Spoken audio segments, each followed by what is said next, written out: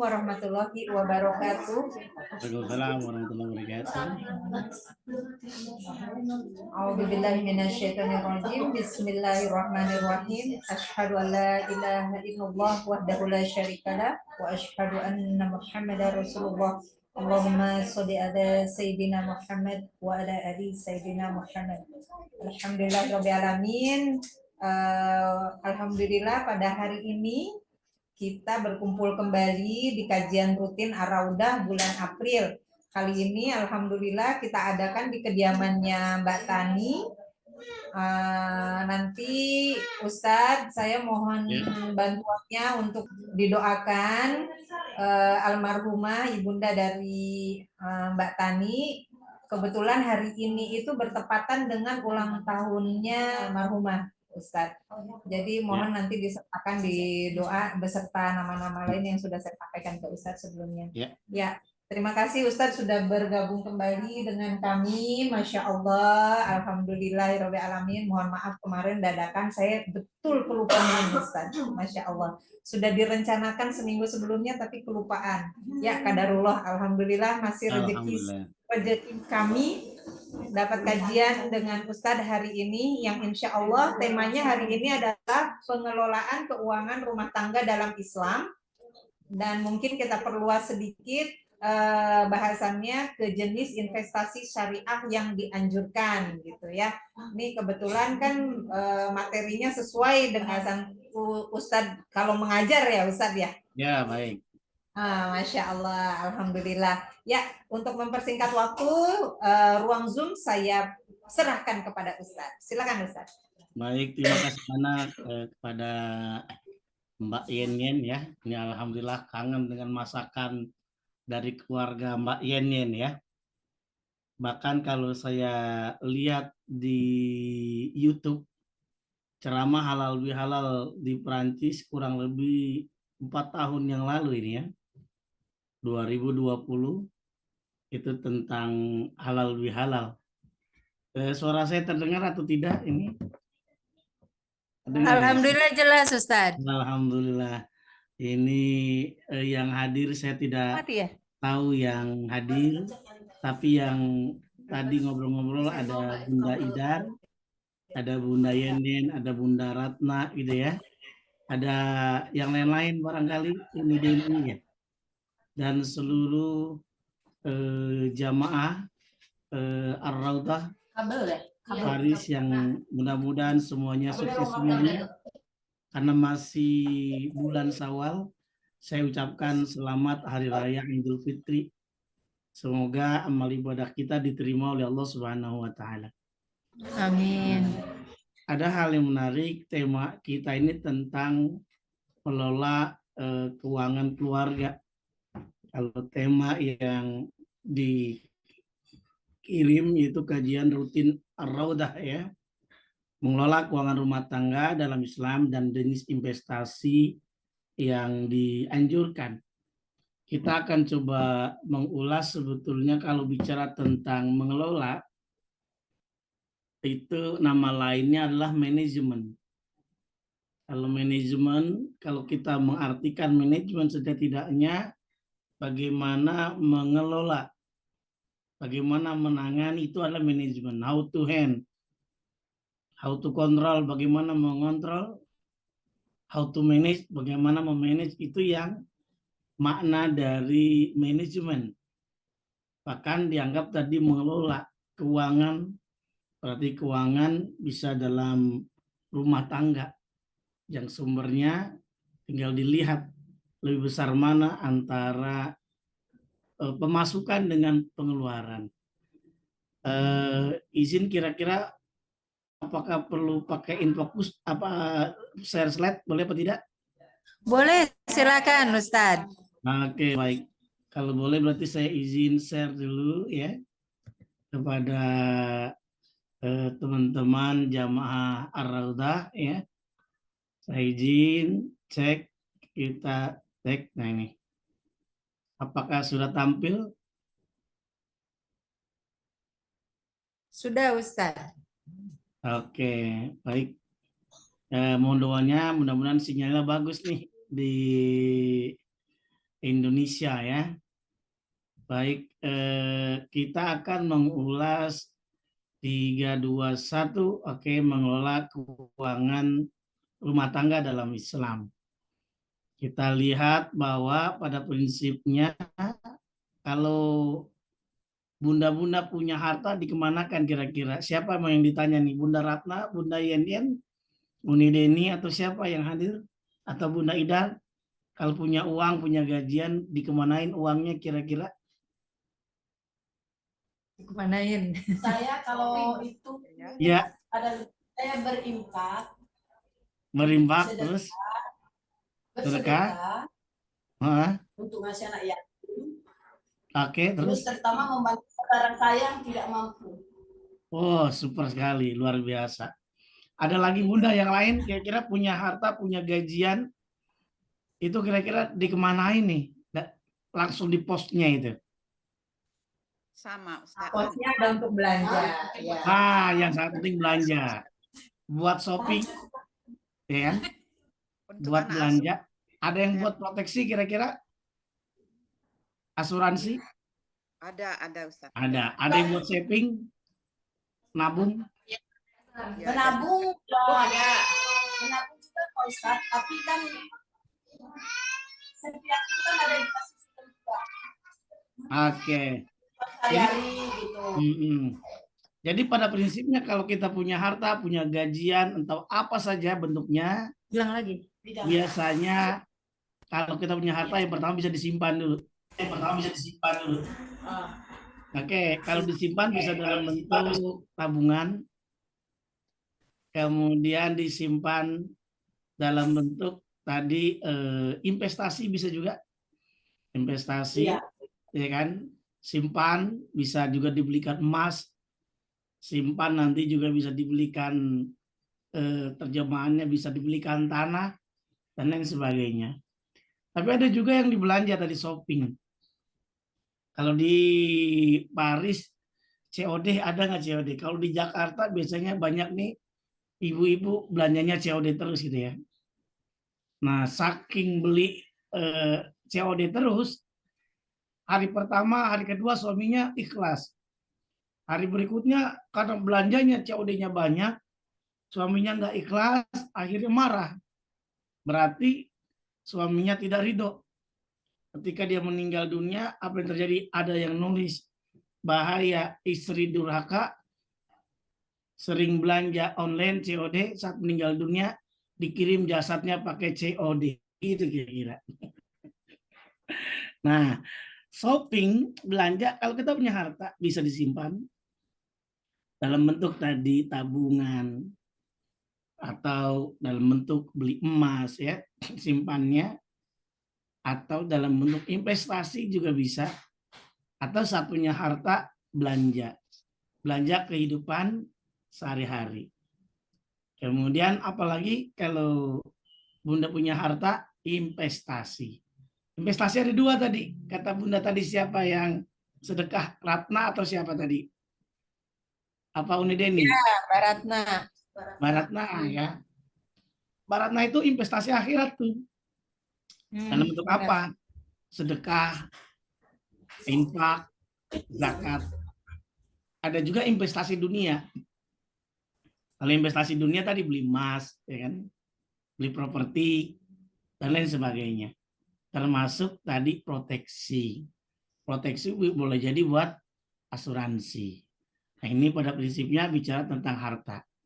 Perencanaan kemudian karena mengelola keuangan berarti kita pada prinsipnya kan merencanakan keuangan. Bunda-bunda yang paham bagaimana uang kas masuk, kemudian pengeluarannya berapa, uang diapakan saja sejak pernikahan sampai sekarang, punya anak, punya cucu, atau buat bangku perkuliahan, ini bisa kita lihat startnya.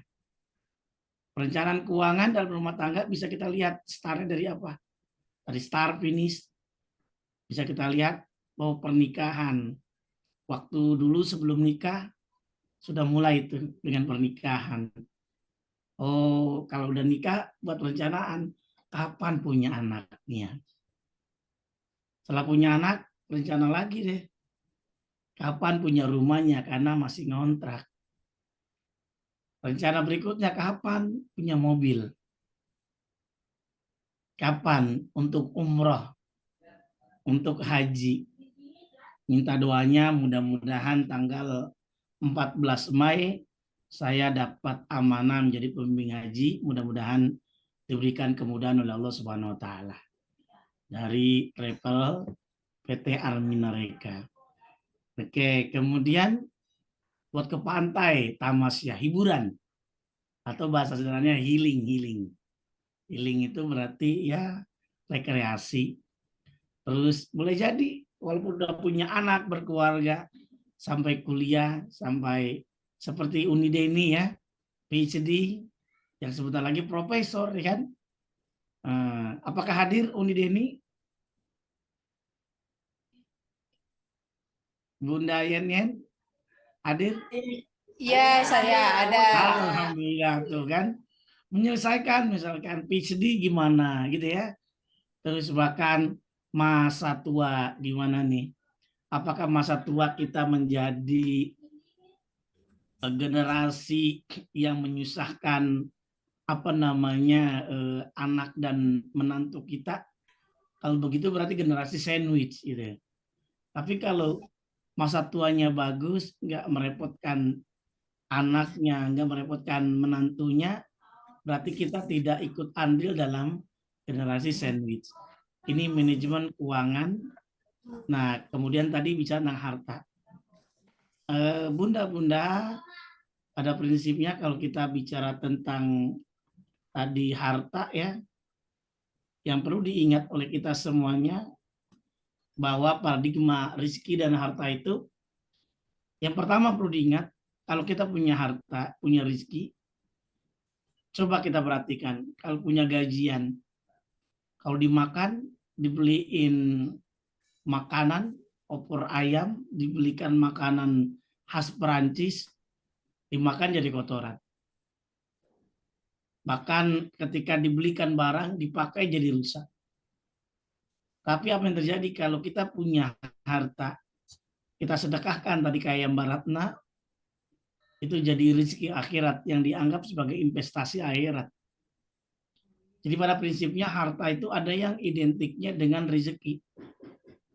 Apa benar harta termasuk rezeki? Iya, itu bagian dari rezeki. Tapi rezeki tidak hanya dalam harta. Sehat itu rezeki, ilmu juga rezeki. Bahkan kita bisa kumpul bunda-bunda di teman-teman Raudhah ini, Ar-Raudhah, maka termasuk dianggap rezeki. Kalau kita mau makan aja doanya Allahumma barik lana fima rozaqtana. Rozaqtana. Waqina benar. Jadi ya Allah berikan keberkahan kami kepada rezeki kami. Rezeki makan, rezeki sehat, rezeki silaturahim. Nah, ada juga yang memanai bahwa harta itu sama dengan rezeki. Berarti ada orang tidak diberi harta, tapi diberi ilmu. Nggak kaya, tapi dia ada rezeki ilmu. Ada juga yang hartanya lebih besar dibanding rezekinya. Dia beli harta dan diberi ilmu juga dia. Bahkan ada juga dia diberi harta, tidak diberi ilmu. Bahkan tidak diberi harta, tidak diberi ilmu juga. Ini yang termasuk orang yang merugi. Jadi pada prinsipnya, bicara rezeki itu tidak hanya dalam bentuk harta, rezeki sehat, rezeki kita punya orang tua masih hidup, ayahanda, bunda, itu rezeki juga. Nah, menjadi kaya ternyata karena cukup aja. Seberapa besar uang gajian yang kita miliki, berapa euro, berapa euro, itu ternyata cukup aja. Kalau kita merasa cukup udah nikmat. Nggak silau dengan yang namanya orang menyogok karena kita memiliki jabatan dan sebagainya. Atau menghalalkan berbagai macam cara. Ada yang menyatakan kalau begitu bagaimana harta dengan rezeki? Ya tadi, harta bagian dari rezeki. Tapi rezeki tidak dalam bentuk harta saja. Rezeki sehat dan rezeki yang lainnya. Nah, ada hal yang menarik. harta itu nanti ditanya kita oleh Allah. Tanggung jawab atas harta, dari mana harta kita diperoleh. Bagaimana cara kita mengelolanya, kemana dan untuk apa harta yang kita kelola. Ada yang menarik, ini Einstein ya. Ada menurut rumus fisika, tekanan itu berbanding lurus dengan gaya. Jadi kalau bunda-bunda, mbak-mbak di majelis Talim Ar-Raudah, kalau kamu merasa hidupnya banyak tekanan, sadarilah bahwa ternyata banyak gaya loh, gitu kira-kira ya. Jadi lagi menurut rumus fisika, tekanan itu berbanding lurus dengan gaya. Jadi kalau kamu merasa hidupmu banyak tekanan, sadarilah bahwa banyak gaya. Nah, banyak gaya berarti boleh jadi ketika membeli sesuatu itu berlebih-lebihan. Di dalam Al-Quran disebutkan, ya ayuhan nas, kulu mimma fil ardi halalan thayyiba. Hai manusia, makanlah yang halal dan yang baik.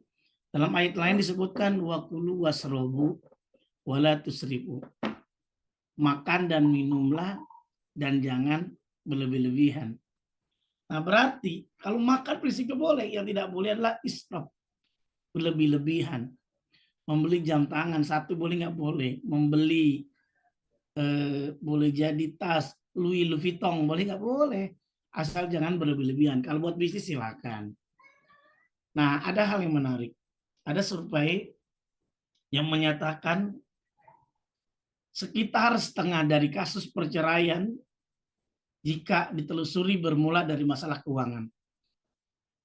Apalagi ketika COVID 2020, ternyata yang menggugat cerai, kebetulan kawan saya banyak yang dinas di KUA Jakarta, itu ternyata banyak tingkat perceraian itu masalah keuangan. Suaminya tidak bekerja, ternyata istrinya dia ASN, ada penghasilannya.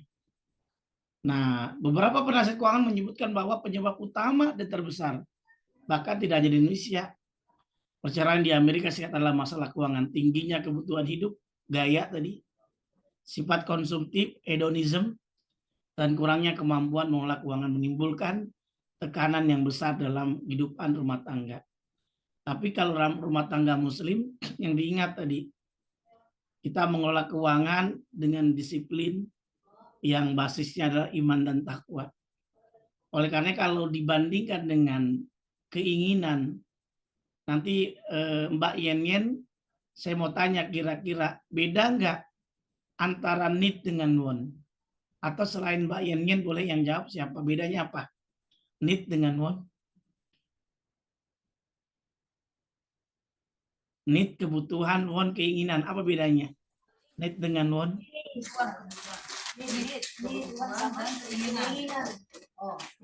Ya. Kalau kebutuhan, kalau keinginan itu nggak pernah habis.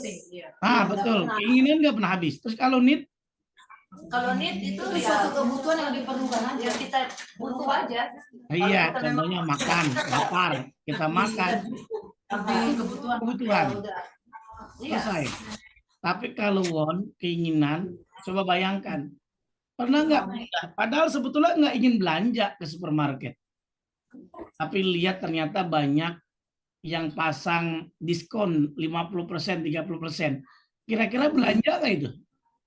Belanja lah. Nah, pertanyaan itu ini apa won? Won. Iya. Walaupun nggak belanja tapi ada ingin. Iya. Nah, oleh karenanya bunda-bunda ya mbak-mbak di Ardo, periksa kesehatan keuangan kita. Kalau kira-kira tidak bisa kita mengaksesnya baik cash, kredit dan sebagainya, jangan terlalu bermimpi gitu kira-kira. Tapi kalau memang mampu, ya boleh silakan. Bermimpilah, boleh silakan.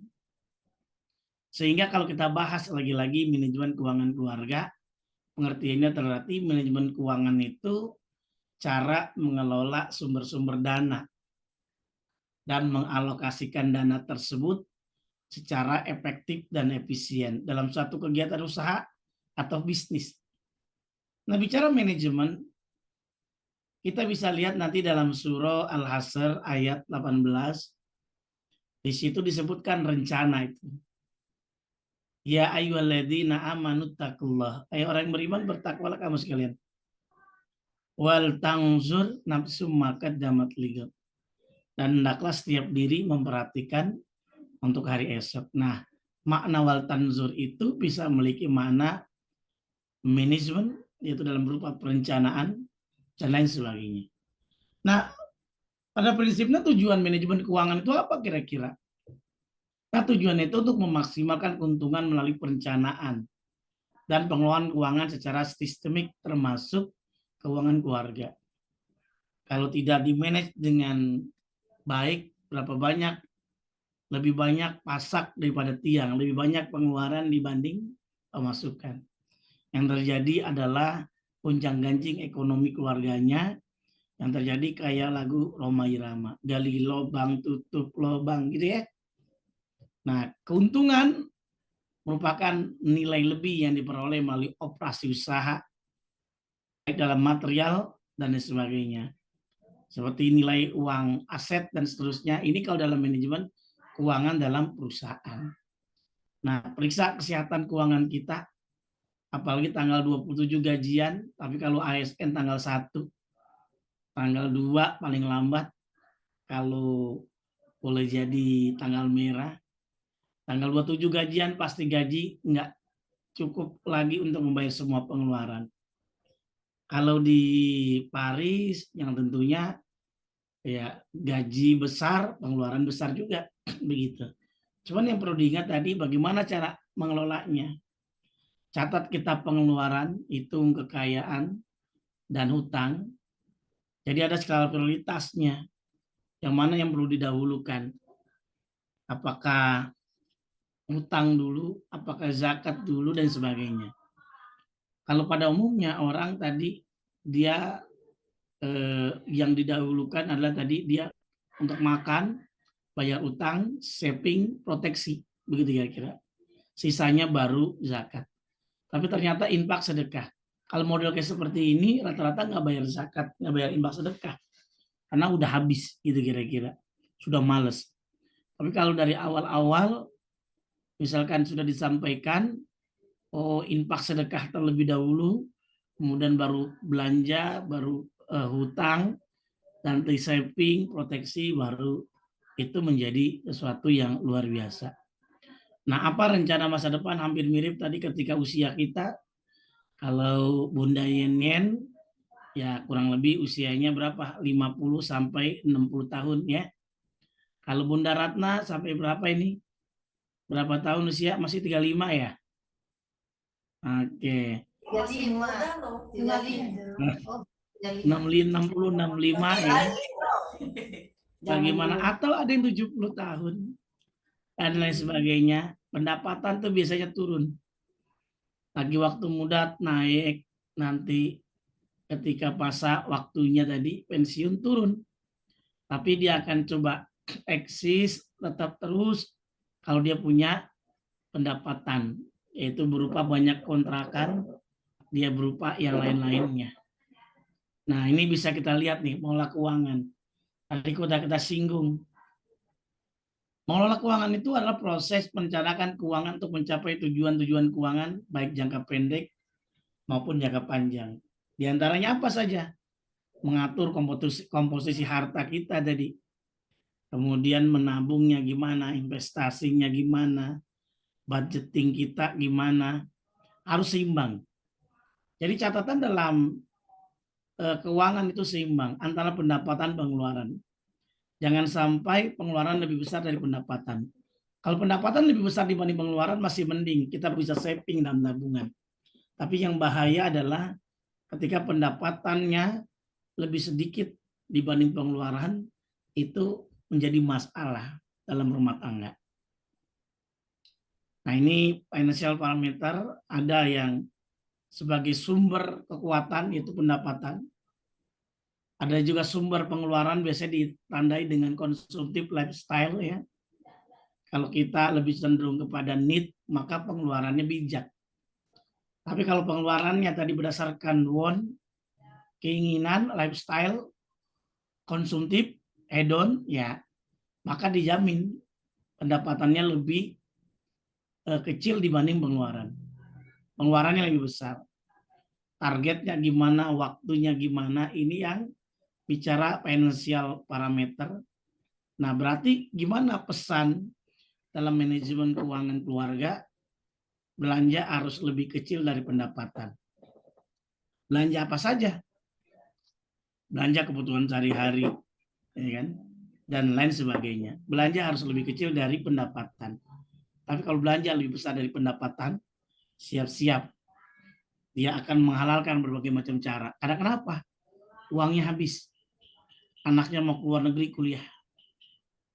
Terus belum lagi gaya misalkan pertemuan-pertemuan belanja-belanja yang tadi tas yang Louis Vuitton yang terbaru yang berapa miliar gitu ya.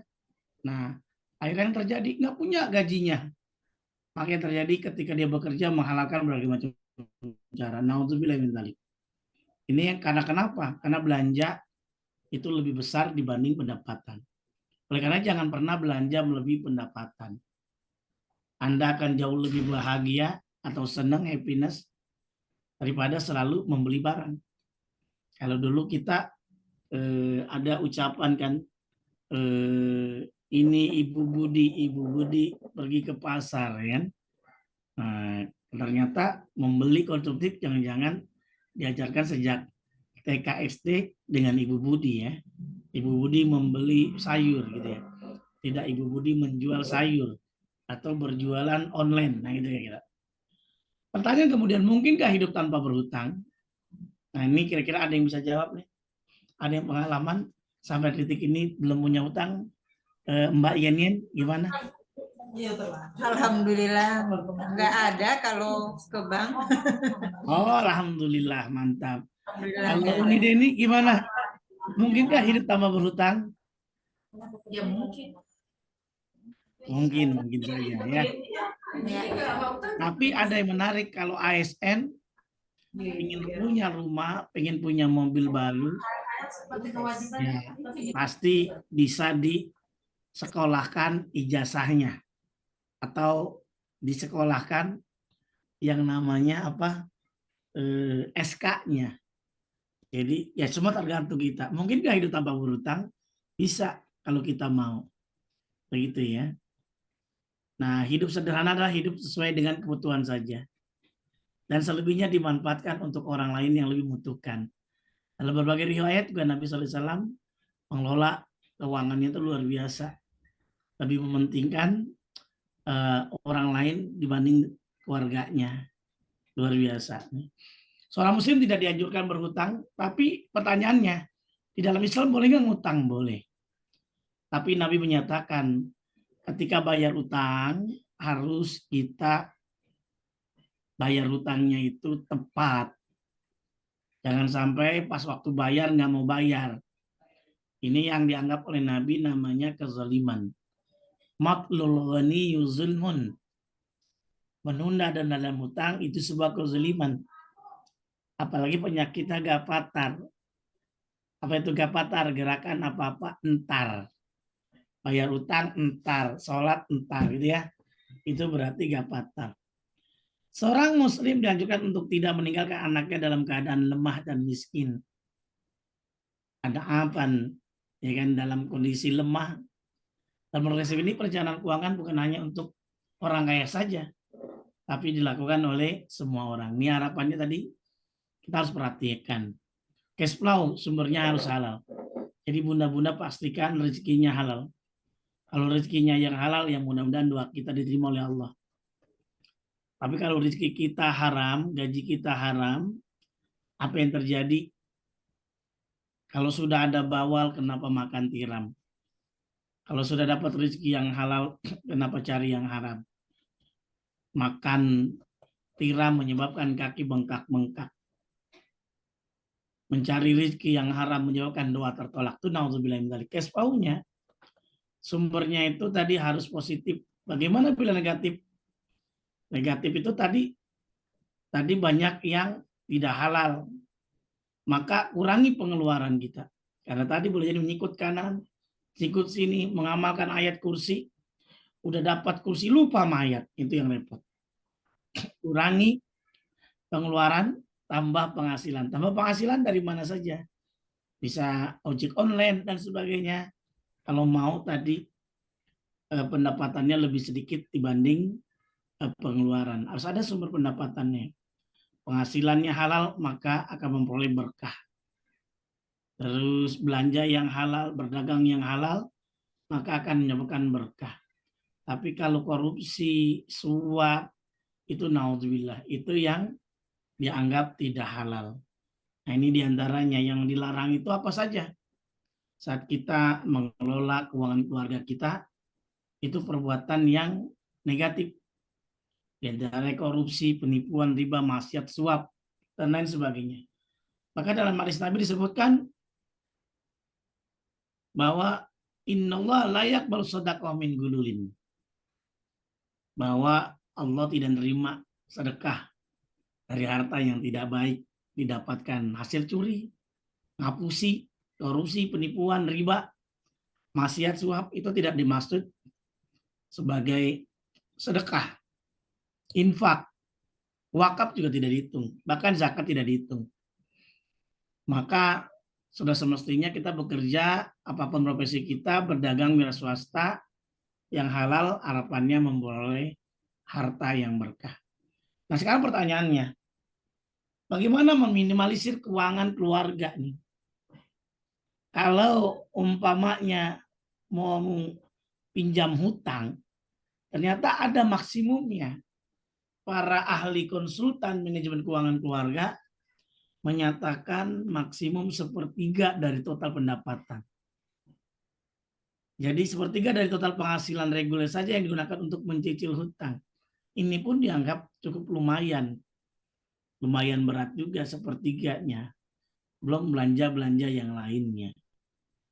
1/3 berarti selebihnya 2/3 itulah yang buat proteksi, buat saving, buat belanja.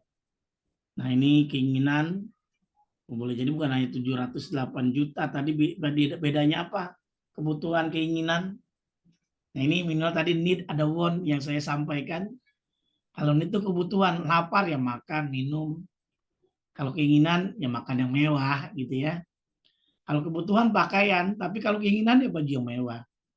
Kalau kebutuhan tempat tinggal, tapi keinginan adalah want rumah mewah. Kebutuhan pendidikan, tapi keinginan itu pendidikan mewah. Yang kadang-kadang tidak mengukur dengan pendapatan bapaknya, ibunya. Transportasi kebutuhan, tapi keinginan itu mobil mewah. Yang dengan pakai remote, nggak perlu pakai supir, drivernya gitu kan. Nah ini yang perlu kita ingat. Ada take home, ada pesan. Jatuhnya itu pengeluaran pokok, makan, listrik, air, transportasi, bayar asuransi, investasi, pendidikan dan sebagainya. Hindari hutang yang tentunya yang konsumtif ya, kartu debit, kredit konsumtif, barang konsumtif, hutang tidak produktif. Kalau hutangnya produktif itu bagus sekali. Tidak punya rumah, kemudian punya rumah dari hutang, ya nggak masalah. Itu kira-kira. Nah oleh karenanya bicara manajemen keuangan keluarga, ada 5 nih kita garis bawahi. Yang pertama adalah cash flow, mengelola kekayaan. Yang kedua mengumpulkan kekayaan. Yang ketiga melindungi kekayaan melalui apa? Asuransi. Yang keempat mendistribusi kekayaan melalui apa? Saat kita meninggal dunia ya waris. Ya kan? Atau bikin surat wasiat tapi tidak boleh untuk ahli waris. Wasiat. Hibah, membersihkan kekayaan melalui ciswap. Ini dalam manajemen keuangan keluarga. Ini ada kategorinya nih, bunda-bunda ya. Kalau kita punya harta tadi gajian dalam manajemen keuangan keluarga, di mana yang didahulukan? Tadi Bunda Ratna itu bagus sekali tuh. Yang didahulukan tadi jiswap gitu kira-kira. Kalau zakatnya 2,5%, ya udahlah infak sedekah dengan wakaf ditambahin jadi 10% umpamanya gitu. Terus bayar hutang nih, karena bahaya nih. Kalau nggak bayar hutang, kira-kira mobil ditarik nih. Ya kan? Maka bayar hutang itu didahulukan urutan kedua. Investasi, proteksi, asuransi 20%, kebutuhan hidup 40%. Maka kalau model didahulukan adalah G-swap terlebih dahulu, maka kita akan rajin, rutin dengan berzakat, infak, sedekah, wakaf. Nah, ini yang dikenal dengan ada cash flow for Muslim. Bagaimana cash flow for Muslim ini? Ada perencana keuangan, ya kan? Dia ini modelnya ini, ayahanda bunda contohnya. Pemasukan, terus yang mana yang didahulukan nih? Oh, ternyata JIS kalau dalam cash flow Muslim, tapi bukan cash flow Muslim, kebutuhan hidup, utang, tabungan, baru terakhir adalah JIS. Nah, kalau taruh JIS di belakang, maka siksanya itulah zakat nggak terlaksana, infak nggak terlaksana, sedekah tidak terlaksana. Karena nunggu entar-entar gitu ya. Nah, tapi kalau didahulukan langsung, maka menjadi disiplin. Nah, yang tadi, kebanyakan orang tadi dari kebutuhan hidup, tabungan, utang, baru di-swap. Nah, cash flow for Muslim, harapannya tadi, pemasukan filter dulu. Halalan thayyibah. Halal enggak? Baik enggak? Kemudian jangan lupa ada hak Allah. Bayar apa? Zakat. Kemudian hak orang lain, yaitu hak sendiri masa depan kalau tidak proteksi. Hak sendiri sekarang yaitu dengan belanja. Ini yang dikenal dengan cash flow for Muslim untuk qanaah. Kita nerima keputusan Allah Subhanahu wa taala sehingga menjadi muslim yang luar biasa. Nah, ini yang kalau contoh-contoh mah bisa dilihat ini ya. Kalau umpamanya dicek, kalau ada disisakan gaji dari 6,5 juta, kemudian nanti menyisakan uang di akhir bulan, maka nanti 500 itu tidak dipraktekkan, ya kan, dalam kehidupannya. Nah, ini contoh. Karena kenapa? Karena zakat infak di pos kantor itu, pos ini jumlahnya sudah pasti karena ada batas minimal yang harus dibayarkan.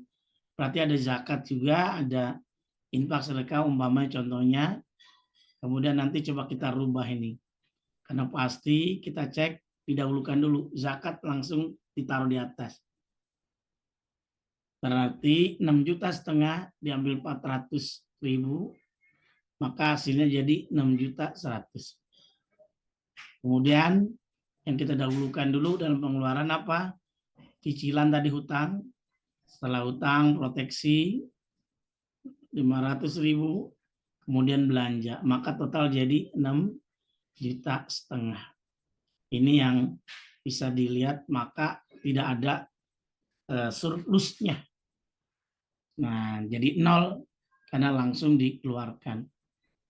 Nah, ini yang evaluasi komposisi. Tadi coba kita lihat infak sedekah itu 2,5%. Kemudian kalau proteksi tadi hutang 30% atau 1/3 ya. Terus premi boleh jadi 10%.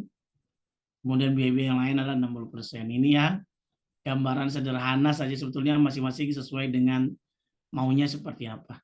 Nah, pada prinsipnya sahabat tabi'in bahkan Nabi SAW juga memberikan contoh yang sangat baik dalam hal pengelolaan keuangan internal rumah tangga. Mereka itu menerapkan kesederhanaan, kemandirian ekonomi, kejujuran dalam bisnis, dan lain sebagainya. Bahkan kalau dalam konteks sekarang menghindari yang namanya utang konsumtif, belanja online, dan judi online. Maka yang perlu diingat, investasi yang paling terbaik dalam model sekarang tidak hanya investasi reksadana syariah, tidak hanya saham syariah, tidak hanya tadi kita beli cash wakaf, ya kan? Kemudian kita juga berbisnis dengan emas, tapi juga investasi akhirat jangan dilupakan, yaitu dengan JIS. JIS memiliki dampak besar menciptakan keberkahan, kebahagiaan, keharmonisan di antara anggota keluarga. Bahkan JIS membangun hubungan yang lebih kuat antar anggota keluarga. Jadi pada prinsipnya ada yang menarik, kata Ibnu Qudamah, kebahagiaan sejati itu terletak pada keridhaan atas apa yang telah Allah tetapkan dan berbagi kepada orang-orang miskin. As-sa'adatu al-haqiqiyatu takmunu fir ridho. Jadi kebahagiaan yang hakiki itu ternyata terletak kepada keridhaan bima qasamallahu, dengan apa yang telah Allah tetapkan, wal badli lil fuqara wal masakin, dan berbagi kepada orang-orang yang miskin. Inilah sebetulnya investasi yang dahsyat dari Ibnu Qudamah, bahwa kebahagiaan sejati tidak terletak pada harta yang melimpah, melainkan pada keridhaan dan kedermawanan. Barangkali ini saja sekedar pengantar dalam diskusi kita sore hari ini waktu Indonesia bagian barat, tapi kalau di Prancis jam 11 ya, atau jam 12. Baik, saya kembalikan lagi ke Mbak Yen. Alhamdulillahirrahmanirrahim. Terima kasih Ustadz Zen, Masya Allah. Ini dari tadi saya perhatikan materinya Masya Allah sekali. Kalau Ustadz nggak keberatan, nanti saya boleh minta materinya untuk di-share di teman-teman Naraudah ya Ustadz ya. Masya Allah, terutama ini yang cash flow tadi 2,5% sampai 10% dari penghasilan. Jadi kita potong di depan gitu ya Ustadz. Iya begitu. Nah, sebagai pembuka nih Ustadz, yang mau saya tanyakan, bagaimana cara menghitungnya kalau pendapatan bulanan kita tidak tetap? Bagaimana itu Ustadz? Oke, baik. Kalau pendapatan kita tidak tetap, tapi sudah ada penjelasannya. Misalkan gajiannya 3 bulan sekali, ya itulah yang dihitung. Sudah cukup nisab atau tidak? Kalau nisabnya misalkan zakat pertanian, itu ditunaikan saat panen, Mbak Yen.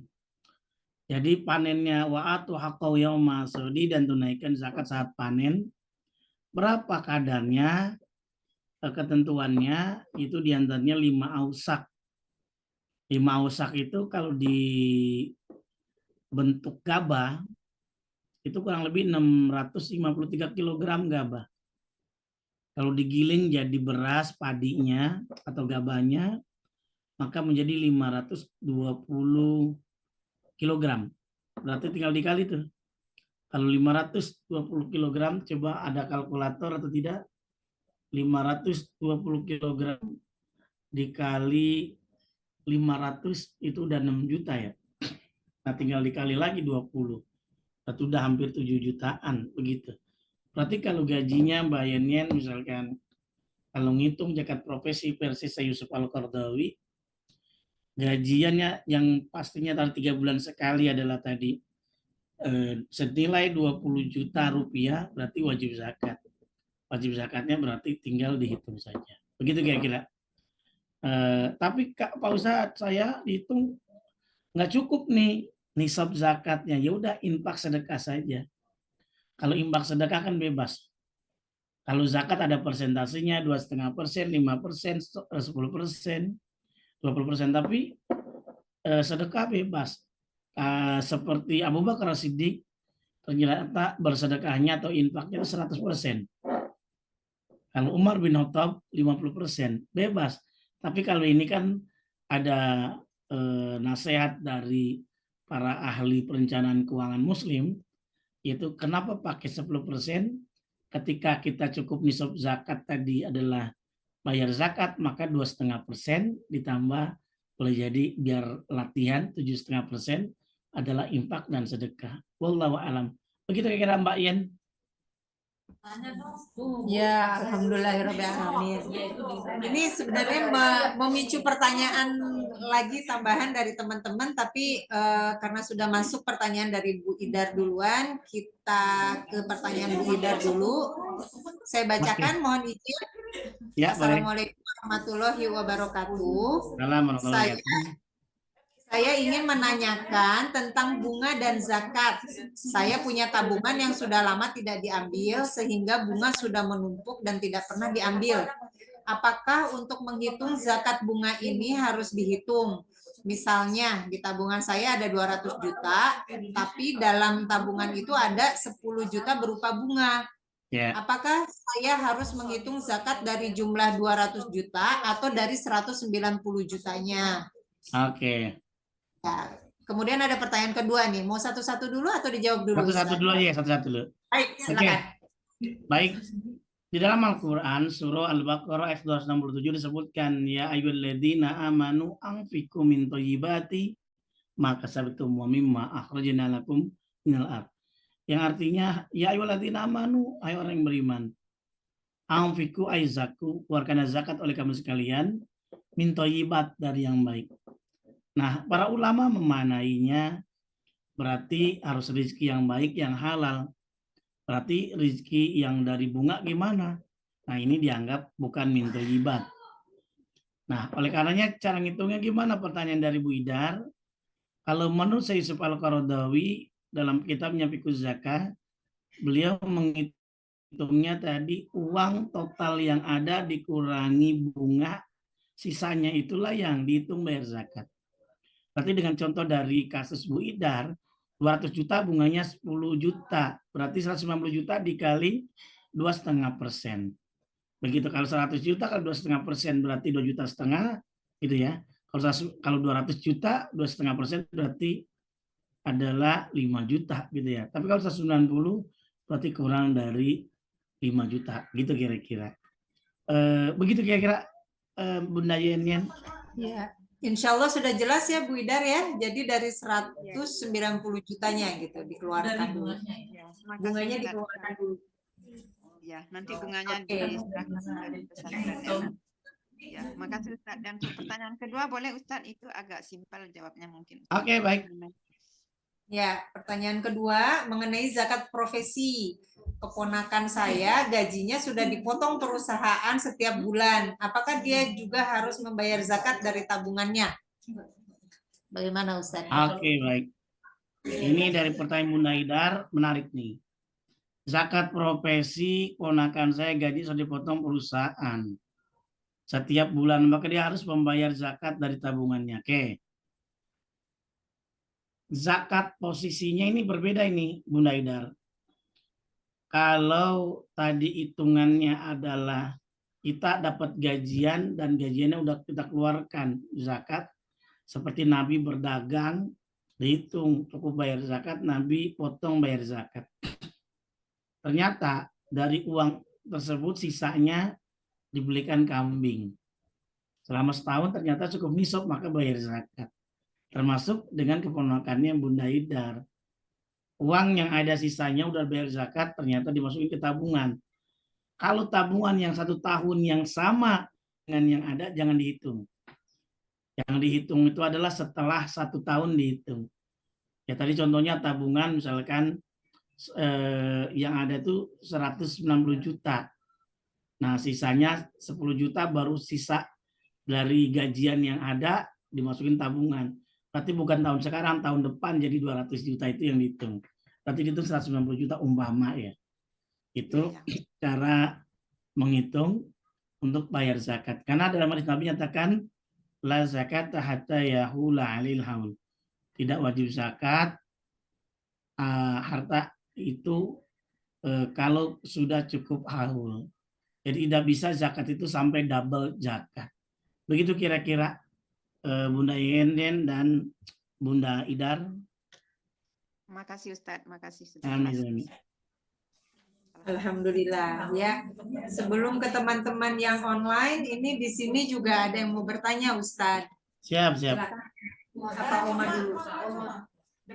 Assalamualaikum warahmatullahi wabarakatuh, Pak Ustaz. Waalaikumsalam warahmatullahi wabarakatuh. Saya Oma Nena. Mau tanya Ustaz, ini Ya, siap. sudah ya sebagian saya sudah tahu jawabannya, tapi saya selalu tidak puas gitu. Ya. Masalah keuangan gitu seperti arisan itu loh, Ustaz. Ya. Apakah itu ada sebagian bilang haram, ada yang bilang ya tergantung tujuannya apa, niatnya apa. Oke. Ya katanya ini dari Bu Ratna, katanya kalau umpama perhiasan, dia beli perhiasan tapi dia nggak pakai, hukumnya apa itu, tapi tetap harus dikeluarin zakatnya kan? Arisan emas gitu. Arisan bukan yang Oh, kedua. jadi dua pertanyaan ya. Pertanyaan Oke. ini titipan Bu Ratna. pertanyaan. Oke. Dia lagi ngantuk. Suaranya hilang. Lagi malu. Dia diwakili. Oke. Jadi ada perhiasan satu berangkas gitu. nanti dimaki-maki loh. Tapi dia itu bagaimana hukumnya? Karena dia nggak pakai dan dia juga nggak mau kasih teman.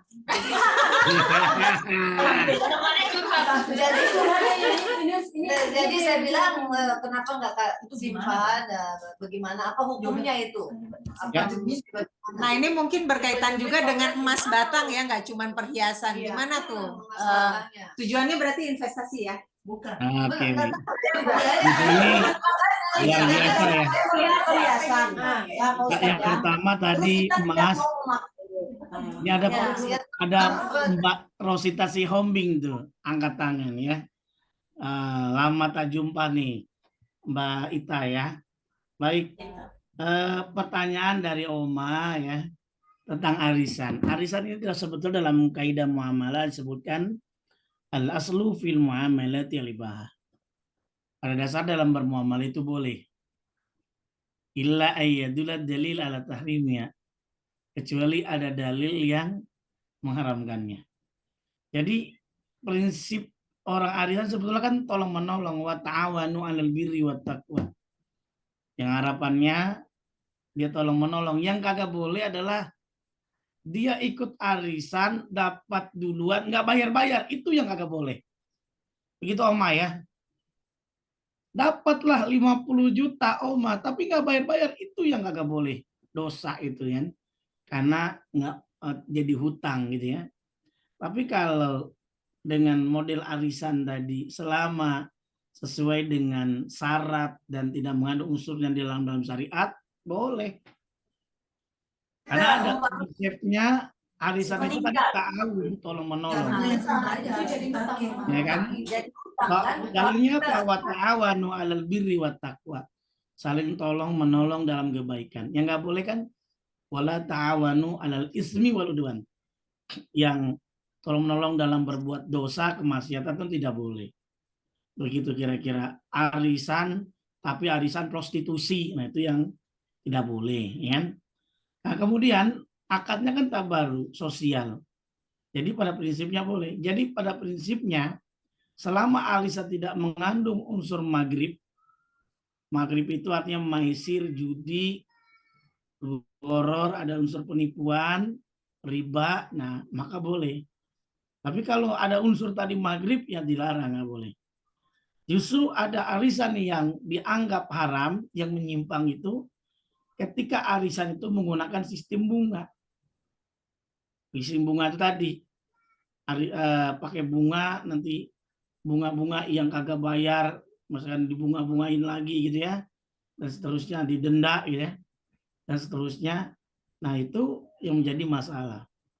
Nah, kemudian arisan dengan penarikan awal disertai potongan pembayaran misalkan lebih mahal, ya itu juga dianggap tadi kayak semacam mirip kredit berbunga. Atau arisan bodong, tipu-tipu, investasi berkedok, arisan itu juga nggak boleh.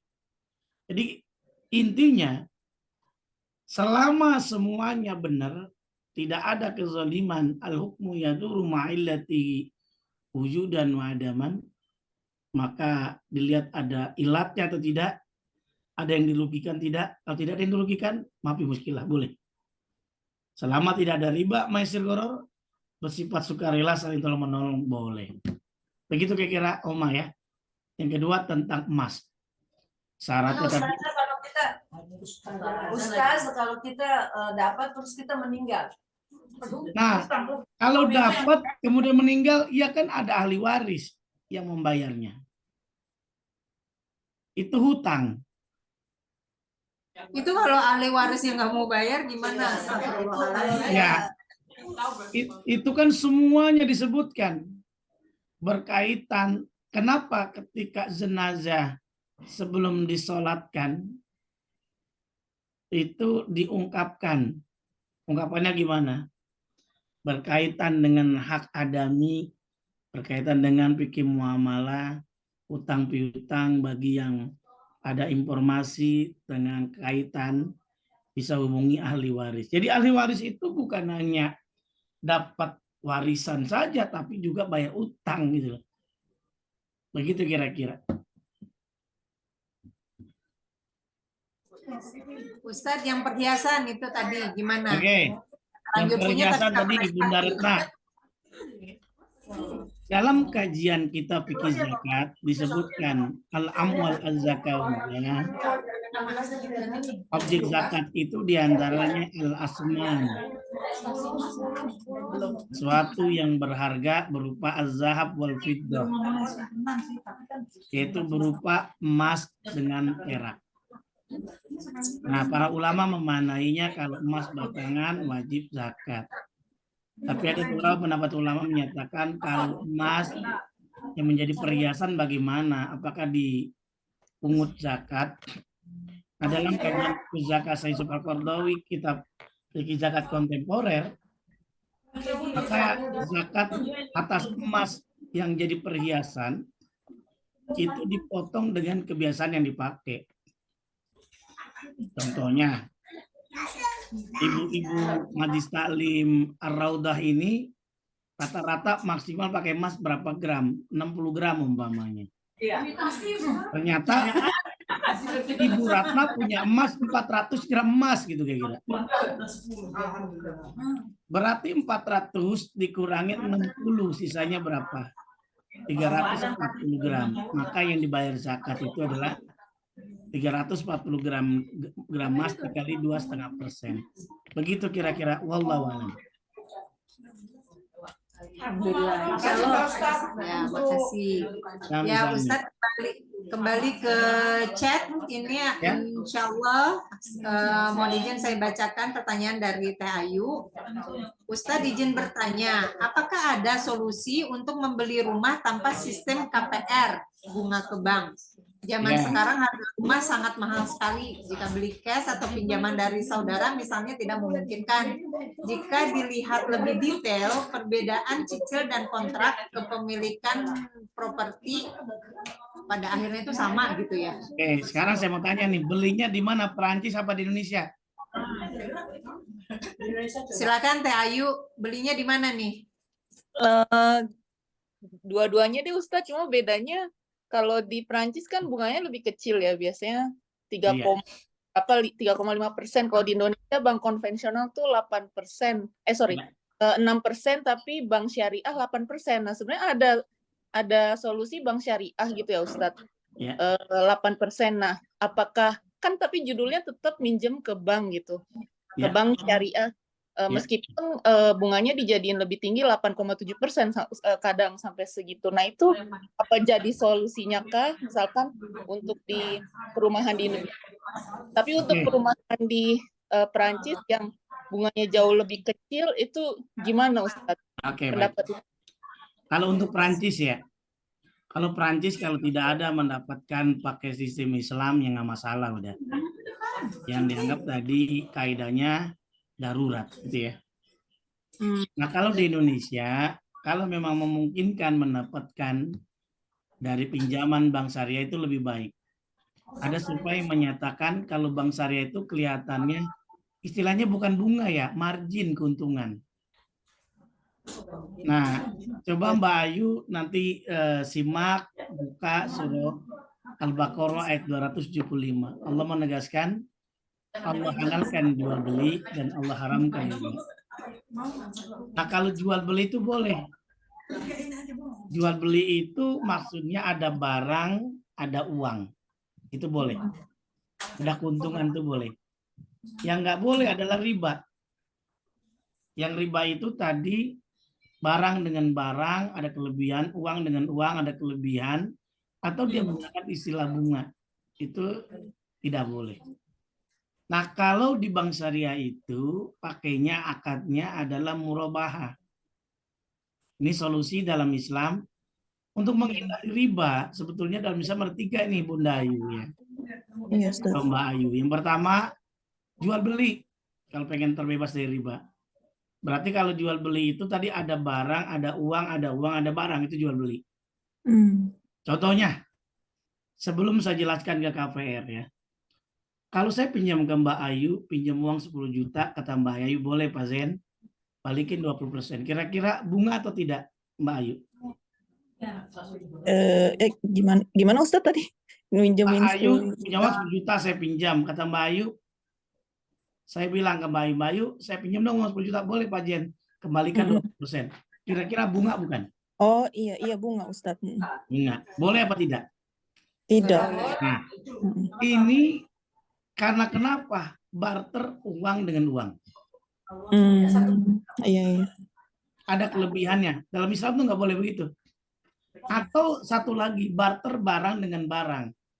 Terjadi perbedaan. Itu juga nggak boleh dalam Islam. Contohnya, Mbak Ayu punya emas 20 gram, saya 10 gram tukeran.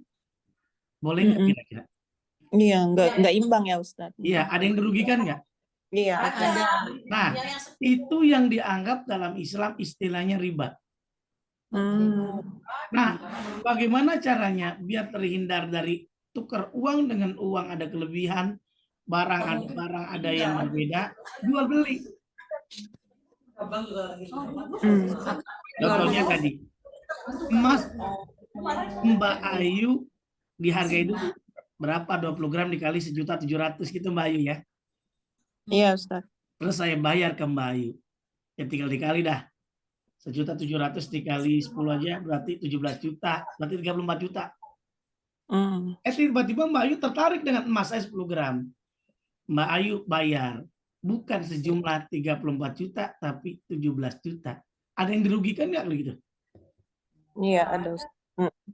Kalau setuju berarti ada yang dirugikan nggak? Iya. Kan? Karena itu terjadi bukan lagi barang sama barang, berubah akadnya. Barang dengan uang, uang dengan barang. Saya ulang lagi pelan-pelan.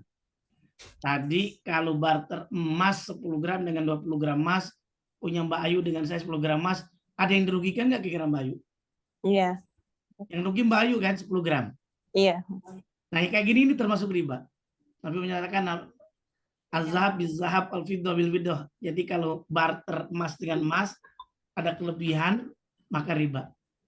Biar boleh gimana jual beli? Jual beli gimana? 20 gram itu berapa harganya? Saya bayar. Ya kan, kemudian saya bayar 34 juta, kemudian Mbak Ayu mau beli emas saya 10 gram. 17 juta. Ada sisanya nggak megang Mbak Ayu? Iya, ada Ustaz. Nah, berarti ada yang dirugikan nggak? Enggak sih. Nggak ada. Itulah yang dianggap tadi jual beli yang dalam istilah bank syariah itu namanya murabahah. Jadi bukan masalah bunga, tapi margin keuntungan. Margin keuntungan. Nah, itu yang diperbolehkan dalam Islam. Yang nggak boleh tadi uang dengan uang, tiba-tiba ada kelebihan, itu yang namanya adalah tidak boleh. Nah, kenapa dalam Islam itu boleh beli KPR? Karena ternyata kita mau beli rumah itu, ya kan, dibeliin dulu dibayarin oleh bank, ya kan, dalam bentuk 2 miliar. Kita transaksi, oke tempatnya di mana, oke sip, baru 2 miliar setuju nggak kalau saya jual jadi 2,2 miliar, diangsur berapa tahun, maka tidak pakai bunga, tidak dipengaruhi oleh fluktuasi bunga. Begitu kira-kira. Ada contoh riset dari mahasiswa S2 UIN di Bank Syariah di Harko Mangga 2. Ternyata rata-rata yang menikmati akad ini adalah para Chinese, para Cina. Padahal agamanya bukan Islam, Mbak Ayu. Iya. Pas ditanya, kenapa Anda tertarik? Padahal awalnya kelihatan murah karena enggak berdasarkan bunga. Pernah tahun 98, dulu uang 4 juta bisa beli sepeda motor, sekarang nggak bisa beli sepeda motor. Sepeda listrik aja nggak bisa, cuma beli sepeda kan. Itu karena terjadi apa? Inflasi. 8.000 jadi 20.000, apa yang terjadi? Mereka nggak bisa bayar utang. Ini yang pengaruh bahaya dari bunga. Makanya disebutkan tadi, bunga itu tadi adalah menzolimi, la tazlimuna wa la tuzlamun. Jadi pada prinsipnya solusi dalam Islam gitu Bunda ya. Bunda Ayu ya. Yang pertama dengan jual beli, kalau dalam Islam, kalau di Indonesia itu dengan margin keuntungan. Atau yang kedua dengan sedekah, yang ketiga dengan zakat. Wallahu a'lam. Begitu kira Bunda Ayu. Iya Ustadz, sedikit lagi Ustadz. Tadi kalau yang case-nya di Prancis berarti walaupun bunganya kecil diperbolehkan karena penjualan Darurat. barang. Gimana Ustadz? Apa salah tangkap ya? Ya, karena darurat kan nggak ada lagi. Mau beli tapi kan nggak ada yang akad syariah. Kecuali kalau memang Bayu cari barangkali ada bank-bank syariah yang Aljazair, Maroko yang ada. Masalahnya nggak bisa bahasa Arab gitu kan. Sampai ada orang Arab dia ngomong padahal lagi marah-marah. Bahkan nanya siapa yang ngejeng di sini? Mbak Ayu bilang amin. Manil baul bihajal makan amin. Padahal lagi nanya siapa yang ngejeng di sini karena pakai bahasa Arab. Itu Mbak Ayu ya? Oh ya Ustadz, sedikit lagi Ustadz biar plong. Berarti tadi sekalian alasan pertama karena darurat, alasan kedua juga tadi kenapa diperbolehkan juga soalnya perbedaan gap antara harga asli dan margin atau bunga yang terjadi itu bisa dikondisikan dengan inflasi uang juga gitu ya Ustadz? Iya. Jadi pada prinsipnya Islam itu luar biasa. Islam itu rahmatan lil alamin. Begitu. Islam itu rahmatan lil alamin, inilah yang menghindari yang kezoliman gitu loh Mbak Ayu. Bayangkan tadi yang dianggap riba, emas tukar 10 jadi 20, kan ada yang dirugikan kan. Ya tapi ini tadi, contoh lagi nih, satu lagi ya.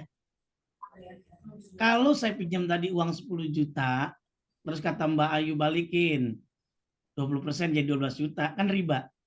Tapi bisa dalam Islam dengan sistem jual beli, gimana caranya?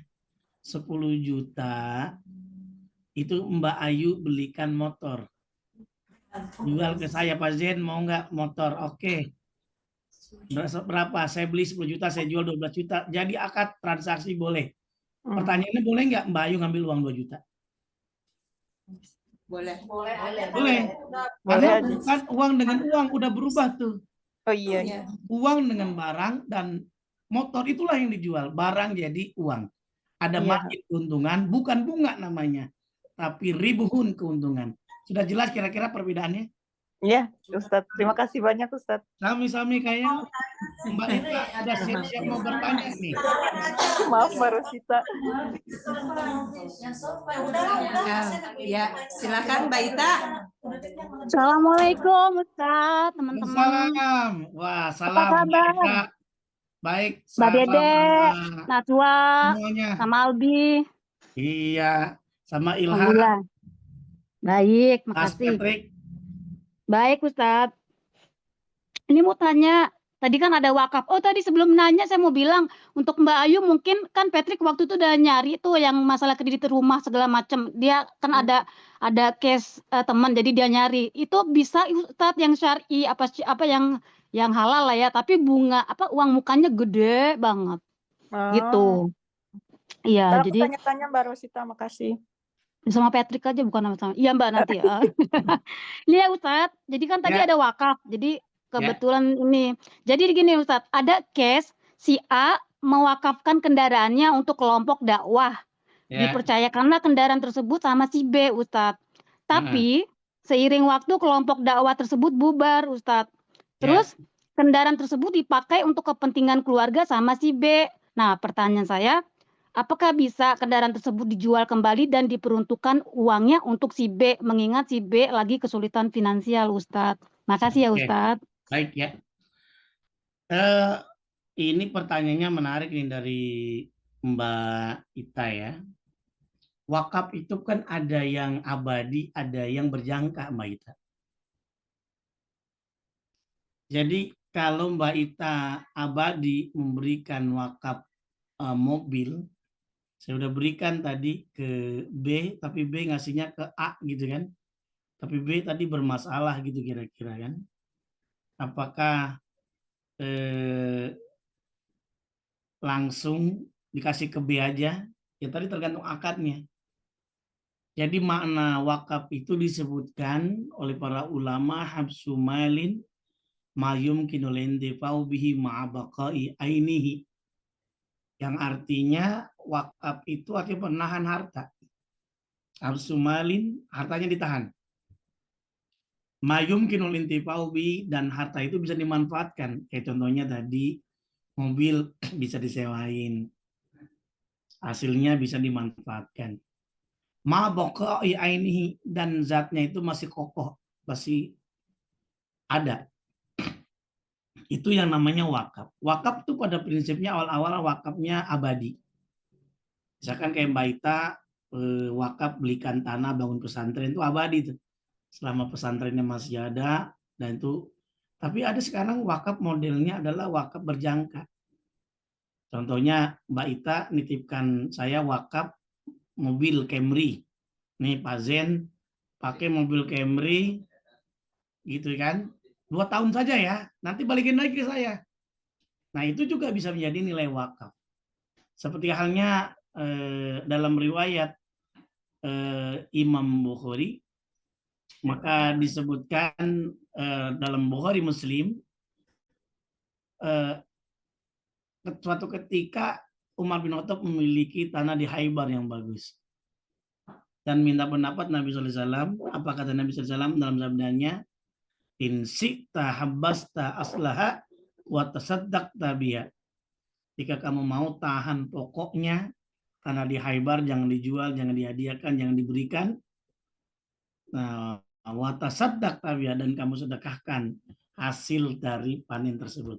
Nah, dari model inilah yang muncullah yang dianggap tadi wakaf berjangka.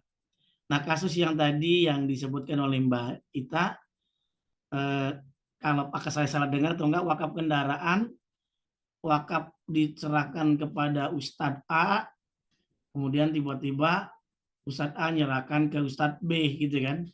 Nah itu pertanyaan tadi, tujuannya itu kemana dulu gitu kira-kira.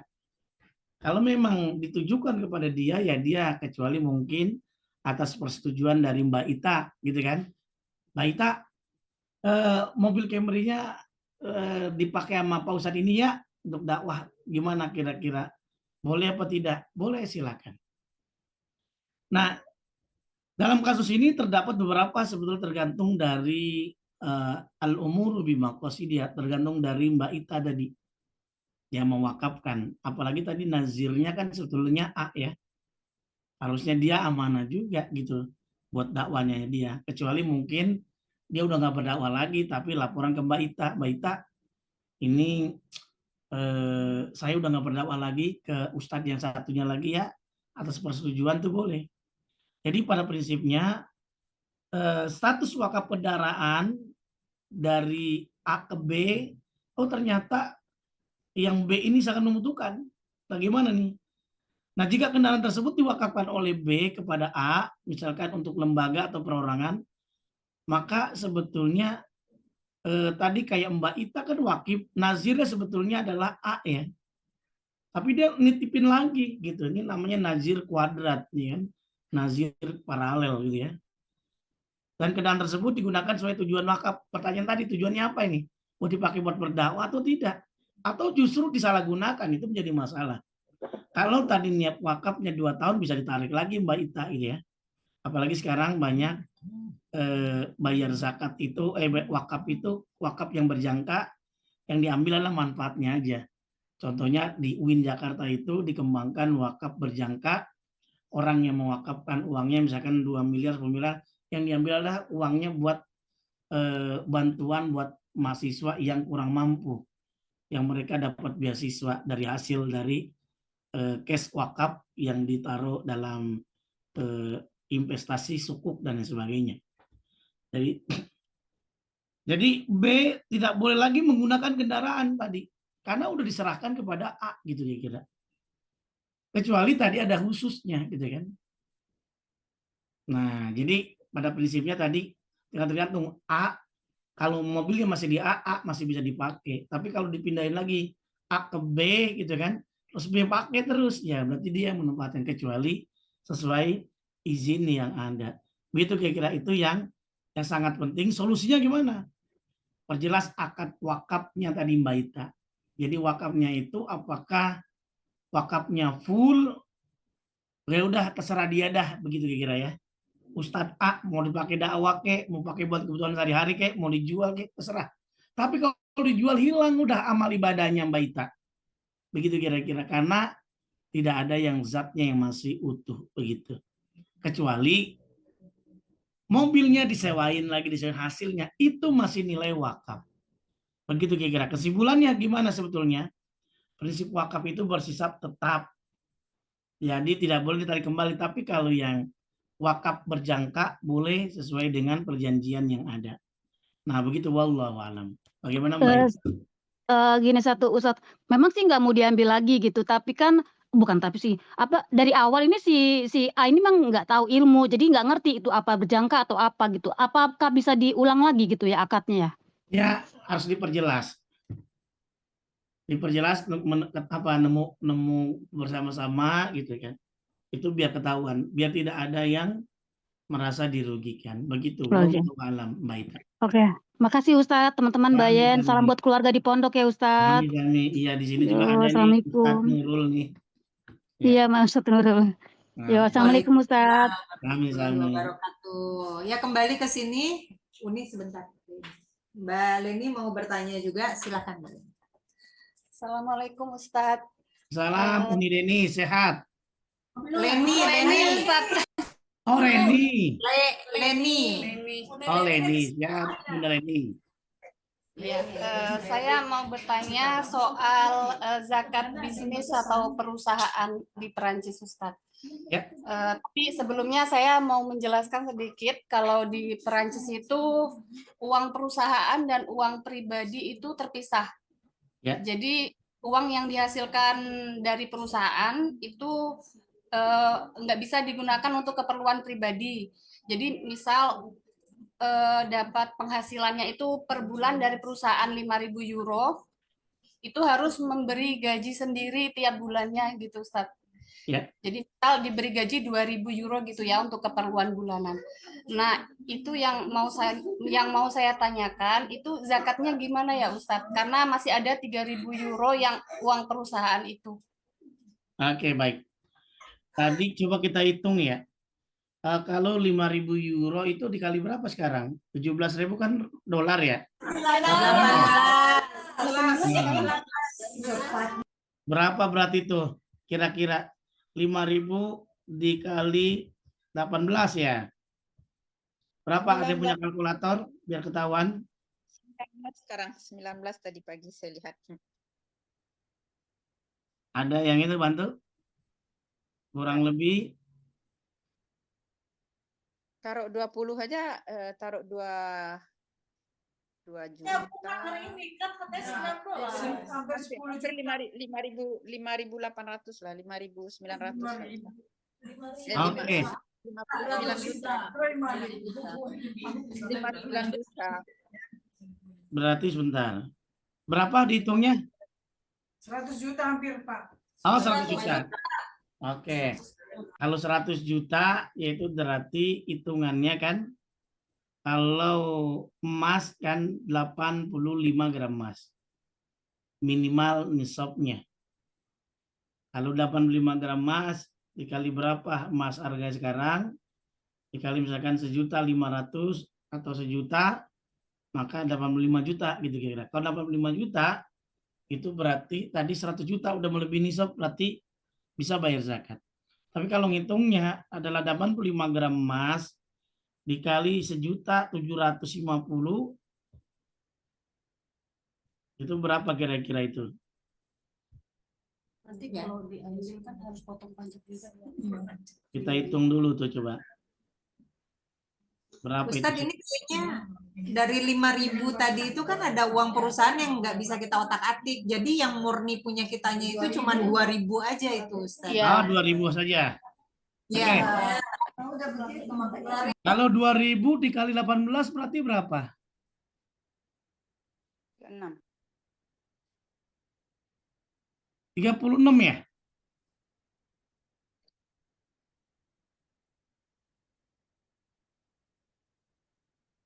Coba ini kalkulator saya ini nggak ada ini. Ya, jadi ini kasusnya misal kita sebagai owner perusahaan gitu, Ya, Ustaz. Nah, dalam 1 bulan itu ada gross pendapatan sebesar 5.000. Nah, Ya. 5.000 itu yang menjadi hak kita, istilahnya gaji, itu Ya. 2.000. Yang 3.000 ini udah nggak boleh kita otak-atik. Tapi karena perusahaannya itu milik kita, adakah Ya. pajak yang harus dikeluarkan dari 3.000 euro tersebut? Ya. Oke, baik. Ini udah ketemu. Berarti hitungannya yang pendapatan itu tadi 2.000, kurang lebih 36 juta.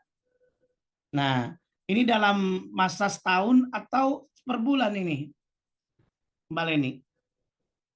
Per bulan, Ustadz. Per bulan. Nah, kalau dihitung per bulan, 36 juta dikali, sebentar. 36 juta dikali 12 ya kan? Maka ketemu angka kurang lebih 432 juta. 432 juta itulah yang dihitung dalam pengeluaran zakat perusahaan. Begitu kira-kira Mbak Leni? Zakat perusahaan yang 3.000 itu. Ini yang zakat perusahaannya ya, Ustadz? Ya. Zakat Yang dari perusahaan. 3.000 tadi. Jadi tetap harus dikeluarin ya? Iya. Jadi 432 juta dikali sebentar ini. Ini saya memang harus kalau ngitung-ngitung ini harus pakai kalkulator ini kan. 2,5%.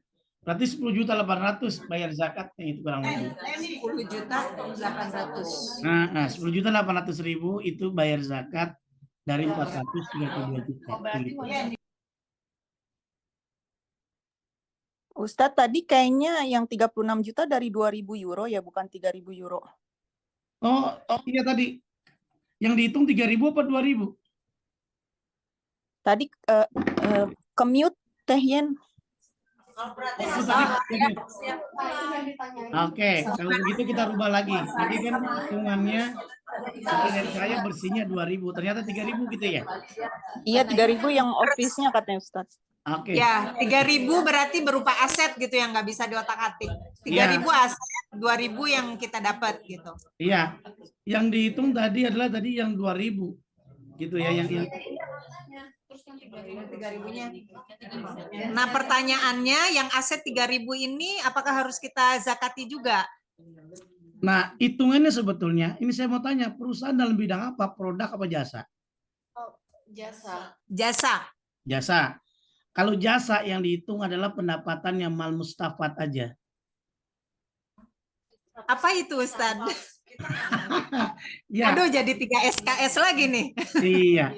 Mal mustafat itu yang dimaksud adalah hasilnya saja. Kalau jasa. Tapi kalau perusahaan perdagangan dalam bidang barang dihitung total semuanya asetnya.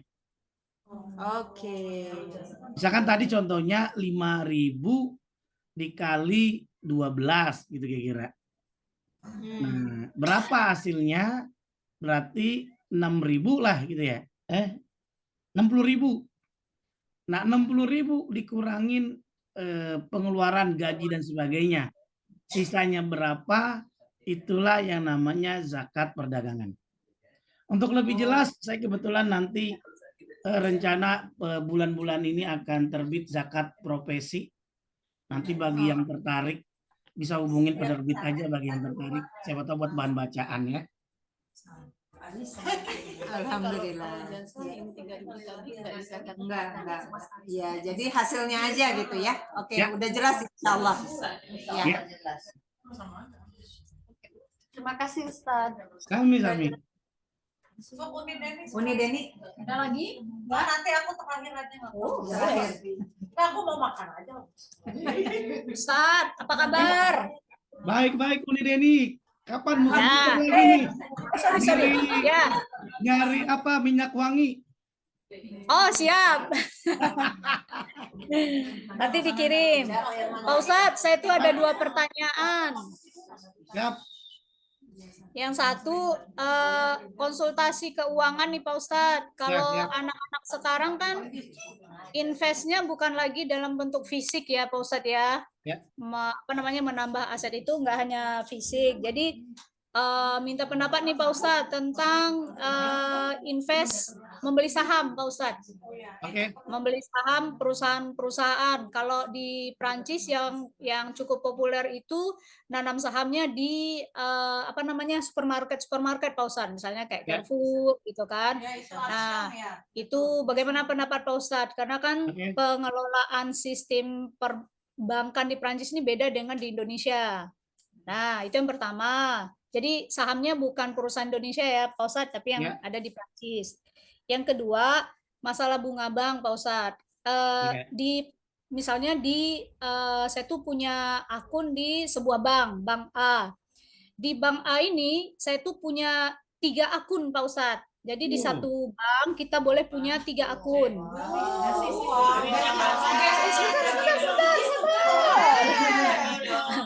Jadi gini Pak Ustadz. Waduh, pemirsa udah kangen Pak Ustadz. Akun 1 kalau di sini itu untuk cash flow Pak Ustadz. Untuk cash flow itu tidak ada bunga. Tapi kita ada biaya administrasi.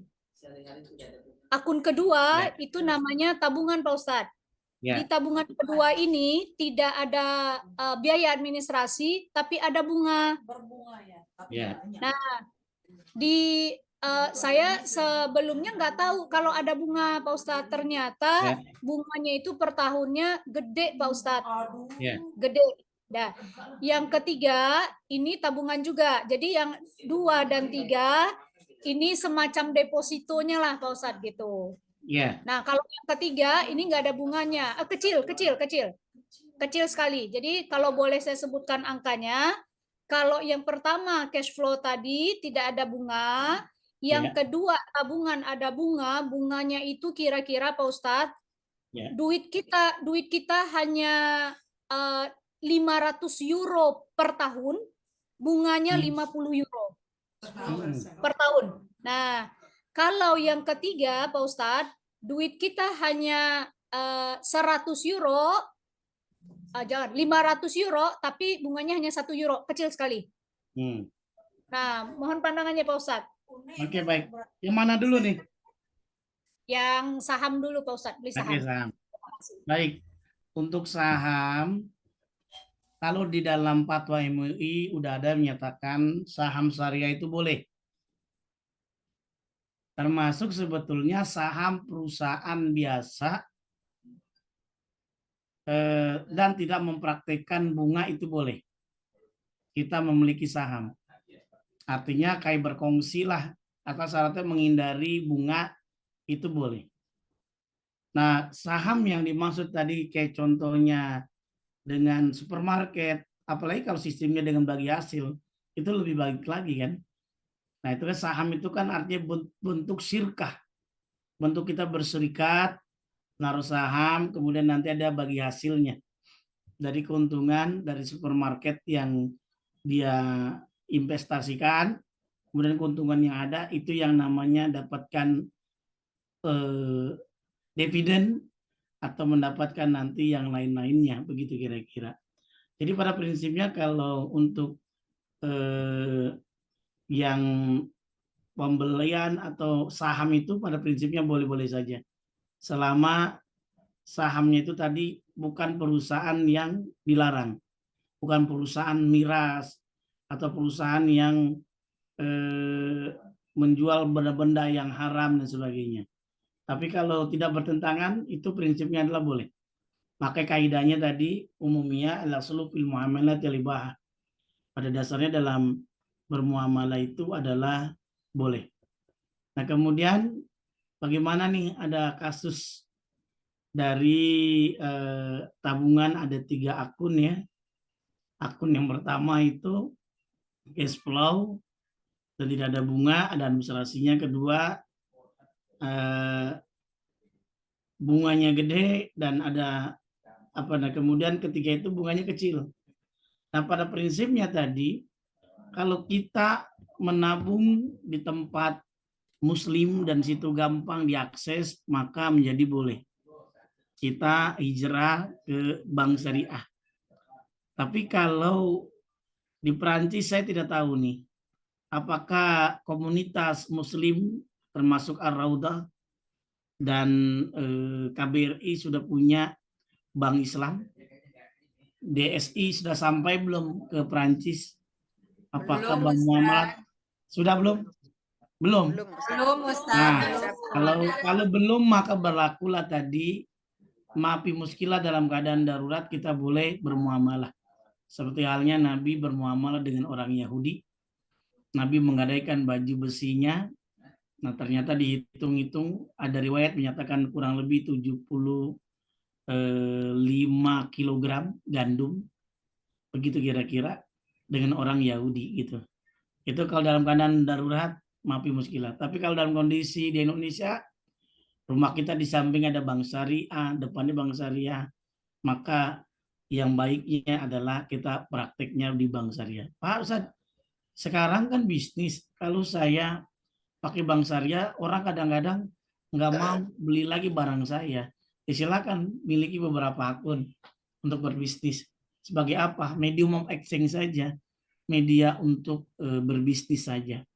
Karena dalam Islam itu uang itu pada prinsipnya boleh buat tukar menukar, asal syaratnya medium of exchange saja, media tukar saja. Yang tidak boleh adalah jadikan komoditas. Uang tadi dibungakan itu kan komoditas. Uang diperjualbelikan itu yang tidak boleh. Begitu kira-kira Unida ini ya. Jadi prinsipnya penggunaannya itu kalau saya sarankan nanti kalau amannya sebetulnya lebih baik kalau bunganya itu jangan kita makan untuk kehidupan sehari-hari. Karena dianggap tadi boleh jadi dari bunga itu lebih baik kita kasih orang saja. Misalkan buat penggunaan jalan raya, untuk bangun apa gitu ya. Sarana-sarana yang lain itu mudah-mudahan ada keberkahan. Wallahu a'lam gitu Uni Deni. Iya, Oke, sebelum ke pertanyaan terakhir dari Teh Nelly dan 3 orang. Ini ada tambahan pertanyaan dari Ibu Idar. Bagaimana kalau minjam di Perancis untuk beli di Perancis? Ini pinjam uang ke bank maksudnya? Di Indonesia, belinya di Oh, Indonesia. di Indonesia. Oh, Pinjam di pinjamnya di Indonesia gitu. Karena di di sini lebih Perancis, murah. belinya di Indonesia ya tadi kondisinya kan. Kalau memang memungkinkan kan susah akses kalau di Indonesia ya kan. Maka berarti kan belinya di Perancis, minjamnya di Perancis, belinya di Indonesia, ya sudah. Jadi kan kondisinya kan berarti mencari bank di Perancis sulit, masjid aja sulit kan.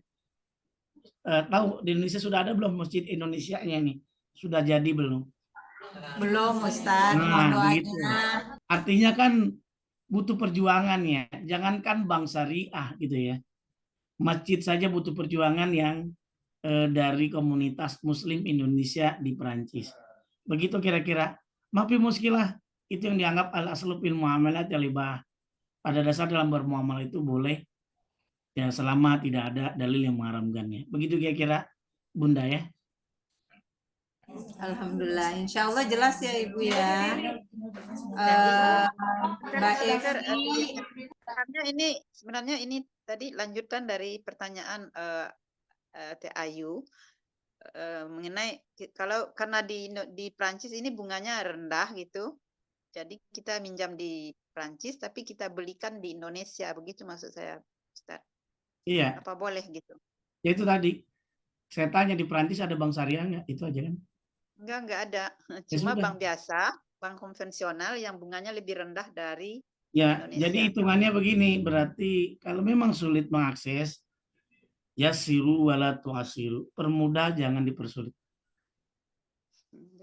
Permudah jangan dipersulit itu artinya ya sudah kalau memang bisa praktek dengan bank konvensional ya udah praktek dengan bank konvensional. Kecuali banyak sudah ada di situ bank syariah. Tapi yang paling aman lagi sebetulnya bukan hanya bank di Perancis yang mungkin bunganya rendah. Enggak pakai bunga, pakai pinjam dengan bank Mitoha ya. Bank mertua gitu ya. Ya. kasih. Nah itu Ustaz. tidak pakai bunga itu insya Allah ya. Oke, alhamdulillahirobbilalamin. Ustadz, ini masih ada pertanyaan ini dari kami di sini. Boleh dilanjutkan sedikit, Ustadz? Boleh silakan. Sama silaturahmi aja. Assalamualaikum Pak Ustadz. Waalaikumsalam warahmatullahi wabarakatuh. Masih ingat saya dengan Bu Nelly? Oh siap, Bu Nelly yang tuan rumah ya. Waktu Aduh, masih ingat. Enggak ada pertanyaan. Ngelihat kok ini tuh di YouTube saya ini ada di rumah Bunda Nelly. Silaturahmi aja sama Pak Ustadz ya, sehat-sehat siap. aja. Oh, ada yang nanya itu. Silaturahmi. Kami Ya. ada yang nanya tuh Mbak Yen, ada rekamannya enggak tuh? Siapa tuh? Ya, insya Allah ada, Mbak Evi. Insya Allah ada rekamannya ya nanti ya. Ya, sepertinya sudah tidak ada lagi pertanyaan dari kami, Ustadz. Alhamdulillahirobbilalamin, cukup seru sekali ini diskusi hari ini. Masya Allah, mudah-mudahan membawa keberkahan untuk kita semua ya, Ustadz. Amin. Mohon diberi kesimpulan untuk kami semua dan ditutup dengan doa untuk yang nama-nama yang sudah saya serahkan ke Ustadz ya. Silakan Ya, Ustadz. baik bunda-bunda, mbak-mbak yang ada di Majelis Talim Kajian Rutin Ar-Raudah. Tema kita mengelola keuangan rumah tangga dalam Islam dan jenis investasi yang dianjurkan.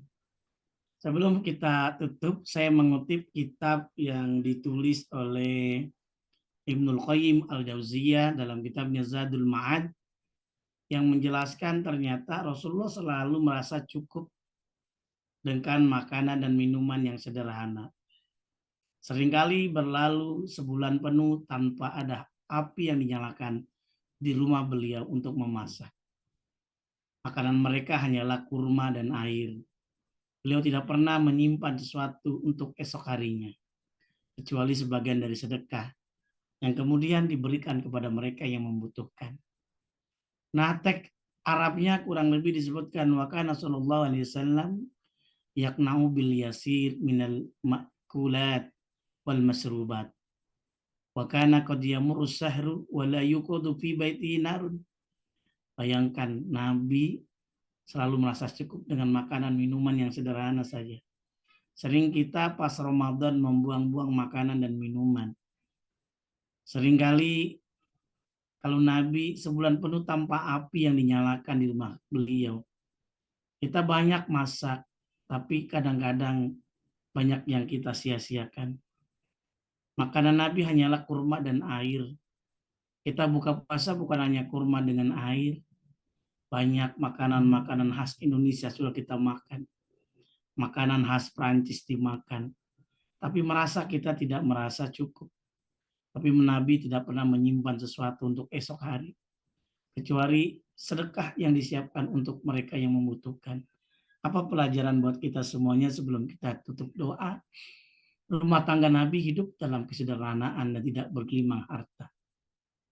Dalam konteks mengelola ekonomi rumah tangga, Nabi lebih mengutamakan berbagi dan bersedekah daripada menimbun kekayaan. Pola hidup ini menunjukkan bahwa Nabi tidak memprioritaskan kekayaan materi, melainkan aspek spiritualitas dan kesejahteraan sosial. Inilah yang harapannya kita bijak, tidak berlebihan dalam konsumsi. Kemudian disebutkan juga dalam kitab As-Samail Al-Muhammadiyah, Al-Imam At-Tirmizi menjelaskan Rasulullah dan keluarganya hidup dalam kesederhanaan. Menerima apa yang mereka dapatkan dengan penuh kezuhudan dan kepuasan hati. Mereka tidak memiliki harta dunia kecuali apa yang mereka butuhkan untuk hari itu. Dan beliau lebih memilih memberikan bagian makan tersebut kepada orang miskin daripada untuk dirinya sendiri. Yang kurang lebih dalam redaksi teks Arabnya pakana yufaddilu lil miskin ala nafsihi wa ala ahli. Nabi mendahulukan untuk orang miskin dibanding dirinya dengan keluarganya. Nah, pesannya apa? Dalam mengelola keuangan, Nabi mendidik keluarganya untuk tidak bergantung pada harta benda, tapi selalu mengutamakan kepedulian kepada kaum miskin yang membutuhkan. Ini menggambarkan pentingnya sikap empati dan dermawan dalam manajemen keuangan rumah tangga. Yang terakhir, saya mengutip sahabat Abu Bakar saja ya. Dalam kitab At-Tabaqatul Kubra karya Ibnu Sa'ad, maka disebutkan bagaimana cara pengelolaan uang. Model sahabat Abu Bakar As-Siddiq radhiyallahu an. Abu Bakar As-Siddiq radhiyallahu an adalah seorang pedagang pada zamannya, dan dia menggunakan hartanya untuk memenuhi kebutuhan dirinya dan keluarganya. Setelah memeluk Islam, ternyata dia tetap berdagang. Namun dia mengkhususkan sebagian besar dalam perdagangan itu untuk diinfakkan di jalan Allah, yang kita kenal tadi zakat, infak, sedekah, dan wakaf. Ala kulli hal, kisah Abu Bakar ini dan sahabat yang lainnya memahami sukses secara ekonomi, mau tetap mengutamakan infak dan sedekah. Mudah-mudahan kajian kita berpahala, memiliki manfaat.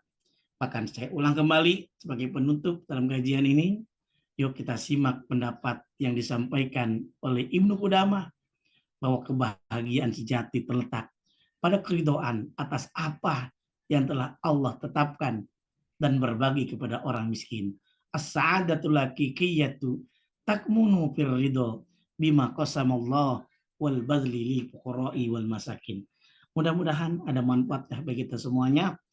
Kemudian mari kita bersama-sama kita berdoa khususnya untuk keluarga yang Mbak Tani ya, host kajian kita pada kali ini, yaitu almarhumah Ibu Sri Sunari binti Sularno, ibunda dari Mbak Tani. Kemudian almarhum Bapak Toto Miftahus Salam bin Kurdi, kakak dari Ibu Anis yang baru wafat hari ini. Allahumma gfirlahu warhamhu wa'afi wa'fanhu, para saudara kita di Palestina yang menjadi syuhada, bahkan menjadi pejuang, para orang tua dan guru kita semuanya. Mari kita berdoa, mudah-mudahan Allah ampuni segala dosa kedua orang tua kita yang sudah meninggal dunia, guru-guru kita, bahkan orang tua kita yang masih hidup. Mudah-mudahan Allah jadikan kekuatan ibadahnya luar biasa.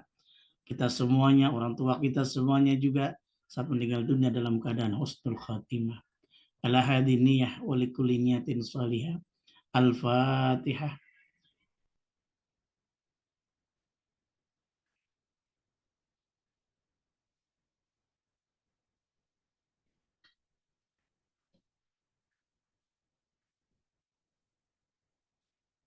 Bismillahirrahmanirrahim. Alhamdulillahirrahmanirrahim. Hamdan syakirin, hamdan na'imin, hamdan yuafi na'amahu wa ikafi mazidah.